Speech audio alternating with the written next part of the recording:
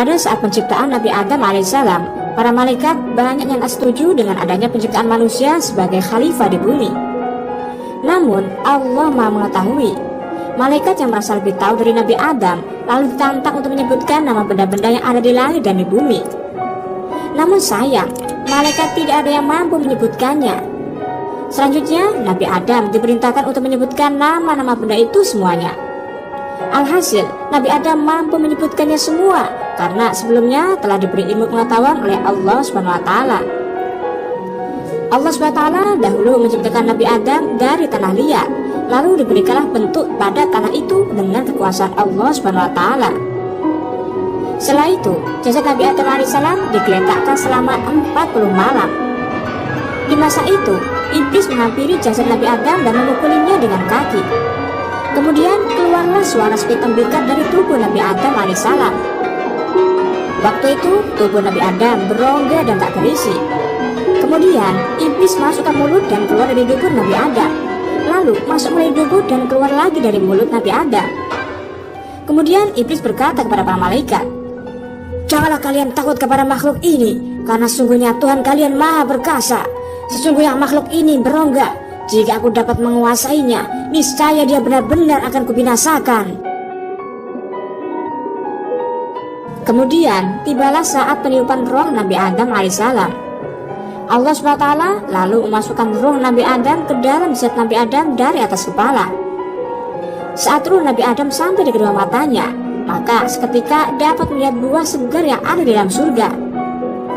Ketika roh Nabi Adam sampai di perut jasad Nabi Adam, maka timbullah rasa ingin memakan buah yang ada di surga. Ketika ruh sudah masuk sempurna ke dalam tubuh Nabi Adam alaihissalam, maka seluruh anggotanya dapat bergerak dan berfungsi seperti manusia pada umumnya.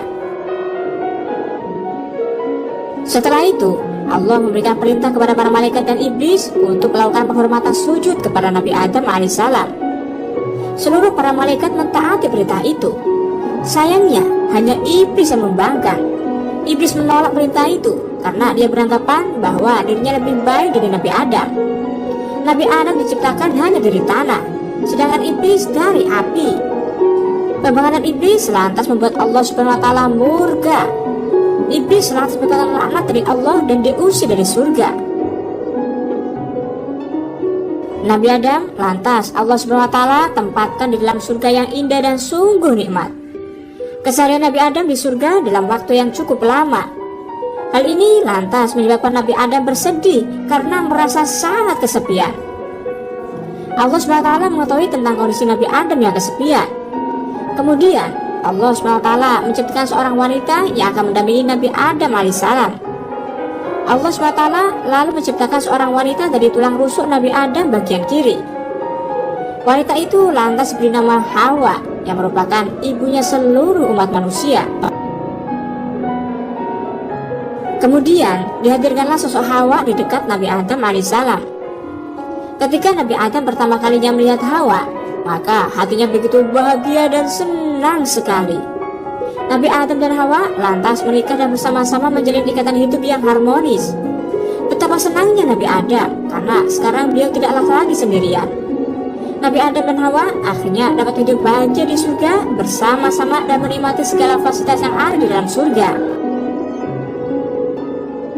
Meskipun Nabi Adam dan Hawa diberi kebebasan hidup di surga, tetapi mereka harus tunduk dan patuh terhadap peraturan perundang-undangan yang Allah SWT berikan.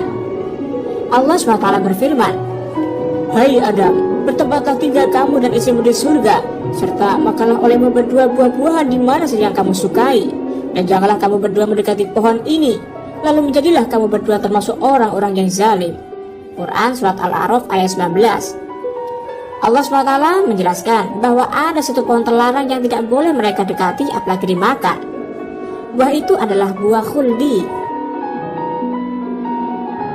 Beberapa masa, Nabi Adam dan Hawa masih mampu dan patuh terhadap aturan yang ditetapkan oleh Allah SWT. Namun cobaan selalu ada. Iblis selalu memata-matai mereka. Iblis mencari tahu tentang apa kelemahan manusia. Kemudian, iblis berhasil mengetahui bahwa kelemahannya ada pada nafsunya. Iblis lantas berupaya membujuk Nabi Adam dan Hawa untuk memakan buah khuldi dengan segala cara. Buah khuldi adalah buah yang rasanya paling nikmat di surga waktu itu.